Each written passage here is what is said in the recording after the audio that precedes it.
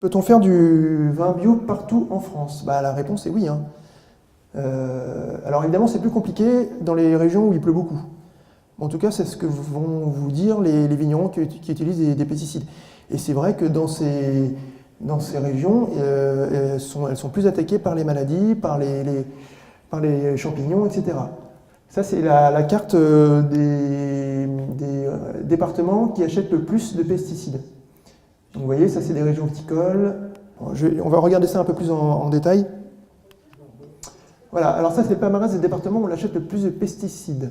Donc en haut du classement, il y a la Marne, avec 321% de plus que la moyenne nationale.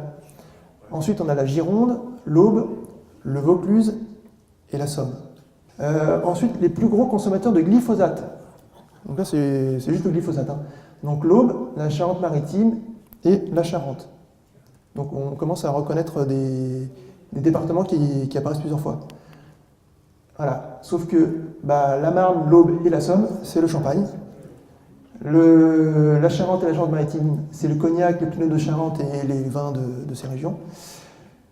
Bordeaux, donc la Gironde, c'est 40 appellations parmi les plus prestigieuses, donc Pauillac, Saint-Émilion, Sauternes, Margaux, etc.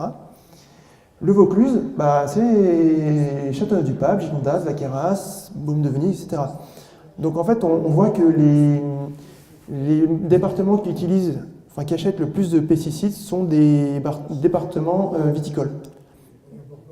Aujourd'hui, environ 10% du vignoble est converti et certifié en bio. Mais bon, il y a des disparités, par exemple l'Alsace, 15%, Jura, 20%. Le Jura est très en avance, mais il faut dire que c'est un petit vignoble. Et ce sont pourtant des régions où il pleut beaucoup. Donc ça veut dire qu'on peut vraiment faire du bio partout. D'ailleurs, une fois j'ai visité des exploitations en Charente. C'était pour le Pinot des Charentes en fait. Et donc j'ai rencontré le président de l'appellation qui m'a dit mais c'est impossible de faire du bio en Charente, il pleut trop, avec le climat qu'on a, etc. C'est impossible. Et je dis d'accord. Et juste après, je suis allé visiter un vigneron qui était sur l'île d'Oléron, je crois, qui lui travaillait en bio, et ça allait très bien, hein. Donc il me disait, mais oui, si, c'est possible. Simplement, il vendait peut-être que ses bouteilles étaient vendues un petit peu plus cher. Surtout, c'était vraiment en circuit court, c'est-à-dire qu'on ne trouvait ses vins que sur l'île ou dans les restaurants près de l'île. Il faisait aussi du cognac et il faisait aussi du pinot de Charente en bio. Donc c'est possible, mais c'est peut-être plus difficile. Donc la Champagne a moins de 2% de son vignoble qui est en bio, le Cognac pareil. Par contre Bordeaux est en train de faire un vrai effort et atteint les 7%. Donc c'est vraiment pas mal.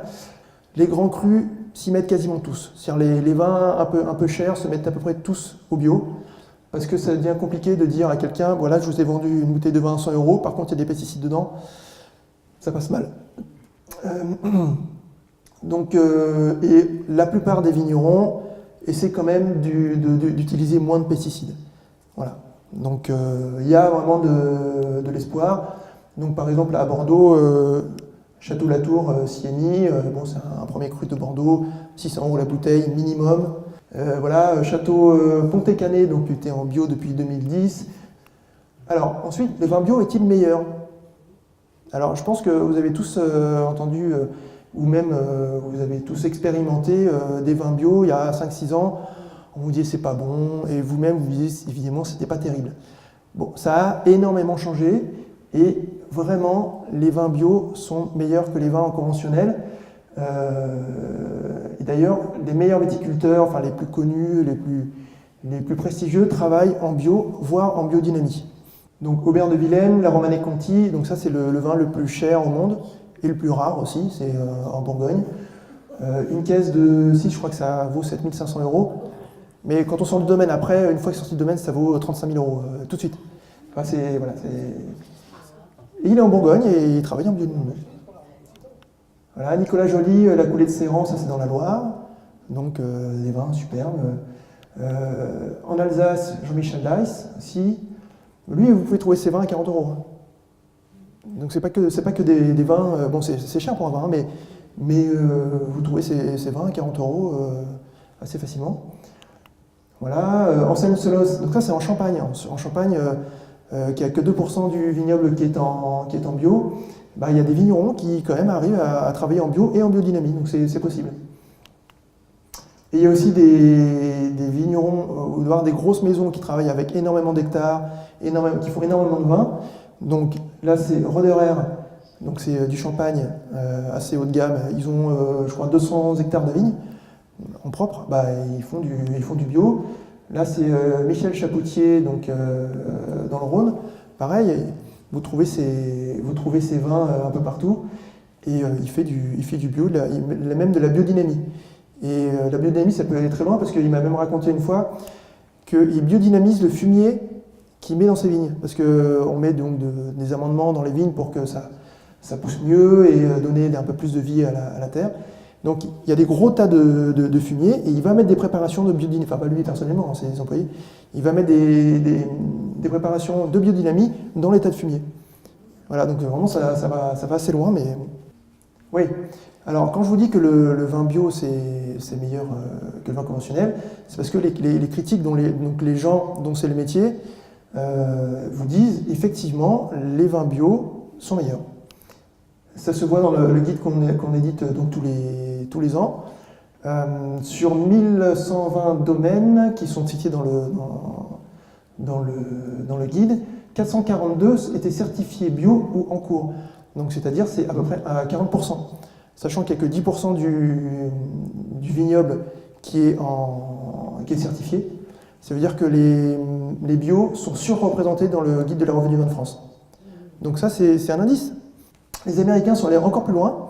Donc eux, ils ont testé 74 000 vins produits en Californie entre 1998 et 2009. Et ont comparé les notes sur 100 attribuées par les critiques. Parce qu'aux États-Unis, ils donnent des notes sur 100, notamment le fameux critique Robert Parker, 100% étant la meilleure note évidemment. Et ben, il ressort de cette étude donc très sérieuse que les vins bio sont de manière générale mieux notés que les vins conventionnels. Donc tout ça c'est statistique. Ça veut dire que, je pense que ça ne veut pas forcément dire que les vins bio sont meilleurs, ça veut dire que les meilleurs domaines se sont mis à travailler en bio en fait. C'est pour ça qu'aujourd'hui les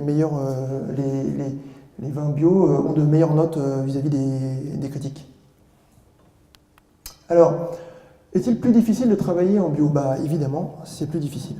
Donc comme je vous l'ai dit tout à l'heure, travailler en conventionnel c'est dur, mais c'est plus facile parce que dès qu'il y a quelque chose qui ne va pas dans la vigne, on passe, on met des pesticides, et voilà, après on surveille, mais on est tranquille.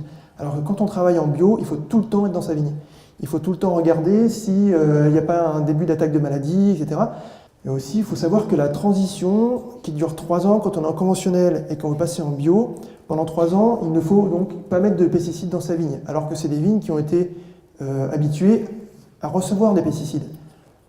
Donc, c'est une période critique pendant laquelle, pendant 3 ans, la vigne, elle ne sait pas comment faire. C'est-à-dire qu'avant, quand il y avait des attaques de maladies, on la traitait. Donc il faut qu'elle apprenne à faire sans ces traitements de synthèse. Donc c'est compliqué. Aussi, ça peut être un risque financier pour les vignerons parce qu'ils risquent de perdre une partie de leur récolte. Parce que les maladies attaquent leur vigne. Donc voilà, passer en bio, c'est pas aussi facile que ça en a l'air. Et c'est vraiment un pas en avant difficile pour les vignerons. Voilà. Alors, est-ce que c'est une bonne affaire pour les vignerons, passer en bio? On a vu que c'était difficile, mais en fait, oui, c'est une très bonne affaire. Il y a eu une étude de l'INSEE qui est parue fin 2017. Donc, c'est plus rentable de faire du vin bio. Donc, un viticulteur bio génère en moyenne un chiffre d'affaires de 17 000 € par hectare exploité, soit 46% de plus qu'en conventionnel. Bon, après, ça dépend des régions, mais c'est quand même plus 46%, c'est assez énorme. Hein. Donc, ça vaut le coup. Après, bon, ça dépend où, comme je vous l'ai marqué. Donc, le vin en bordelais, il n'y a que 2% de valorisation en plus, alors que dans le sud-est, c'est 60%. Bon, ça, je ne sais pas vraiment pourquoi, mais bon. Surtout, les vins bio, on peut les vendre plus cher. Donc, ça veut dire que on fait plus de résultats bruts d'exploitation et on fait plus de marge en fait, sur une bouteille. Si vous achetez le vin bio en supermarché ou chez le caviste plus cher, c'est que le vigneron l'a vendu plus cher, et ça veut dire qu'aussi que l'intermédiaire, soit un caviste ou un supermarché, se fait aussi une marge plus importante. Donc ça a été montré en fin d'année dernière, on montrait que dans grande distribution, que les marges étaient beaucoup plus importantes dès qu'il s'agissait de bio. Donc on paye aussi ça quand on achète un vin bio. Mais ce qui est important, il me semble, c'est que le viticulteur vit mieux. Donc ça a été démontré. Et aussi, le vin bio crée plus d'emplois. Donc ça, c'est une bonne nouvelle, hein.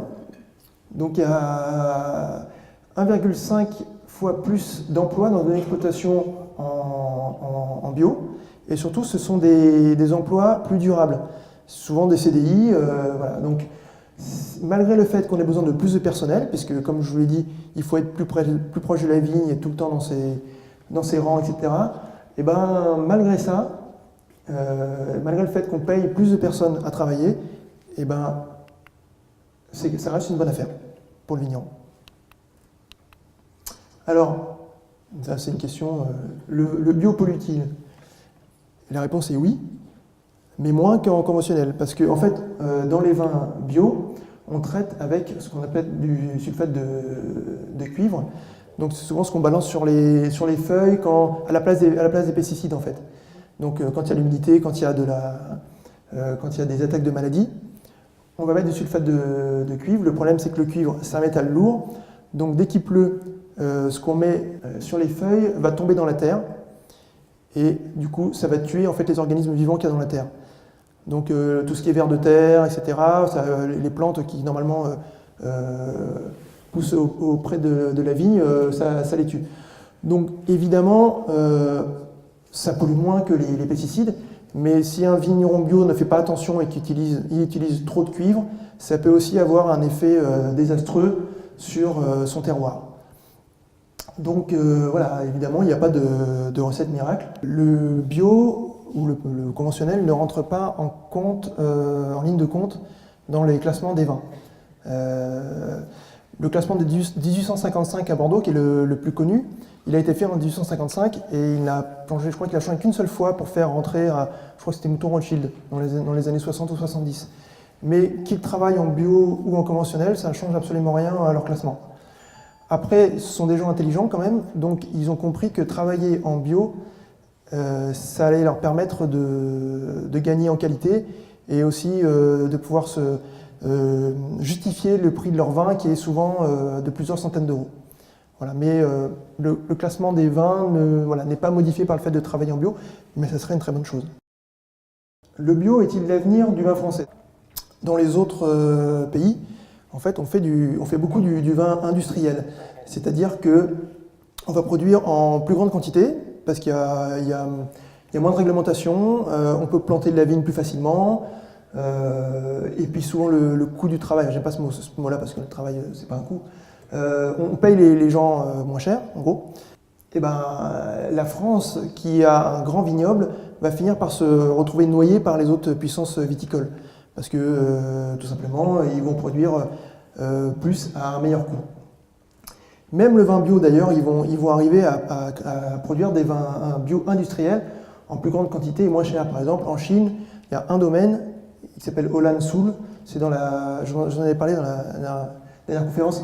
C'est dans la province de Ningxia qui fait 6000 hectares en bio. 6000 hectares, je crois, c'est 3 fois